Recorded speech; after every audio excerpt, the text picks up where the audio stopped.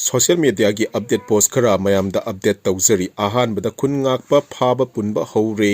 high court ta wakat khre gyan ta do bo mina gyan ta drabani na upai leite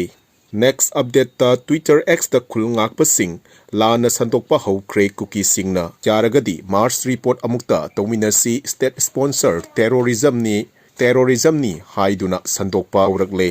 next update ta Robin mangang khwairak pamgi post na asumna phongdokli cookie yathi thangna aigi unit se phajana diki bajani kiu kifam su thoi maram yamna lei natra next update ta Licypriya kangujamgi post na asumna phongdorakli board PBU nahak ta sengna MP amagi tawba ngamba uninglaba azam mahesor da board PBU nahak ta sengna naha singna tungi yumbini hajaraba oza mahesor da board PBU nahak ta sengna Manipur dagi sasi tharur gumba sangchang lawba mioi ama parliament da uninglaba oza bimol da board PBU nahak ta sengna lairik haibana matik khwaidagi chai khanjaraba oza bimol da board PBU nahak ta sengna Manipur da santi lakle khalaba oza pasanta da board PBU nahak ta sengna NRC LP chana hanba su lawthokpa pamlaba oza pasanta da board PBU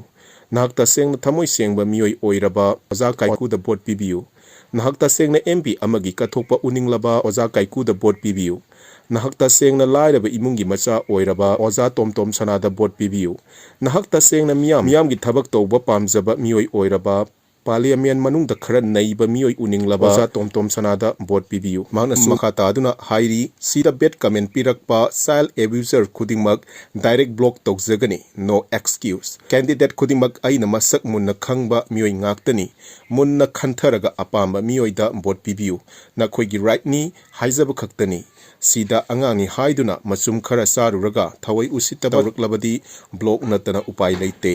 next update ta Barish Sarmana asumna hairakli jaga da leiriba BJYM team sem sabiro hayengda Manipur thugaiba pamba cookie da support tawba singa akanba lantheng thenagani Manipur ima kalhausi hairiba post asida ningthaujam Popilal na asumna comment pirakli Youth Congress ki members sing di yam lemna leibiu peaceful election ohensi ado angauba asigi team la asu manabirunuko next update the border da thamliba Central Force ki company sing National Highway ngak pada season nagadabani haina kokomina thamkhre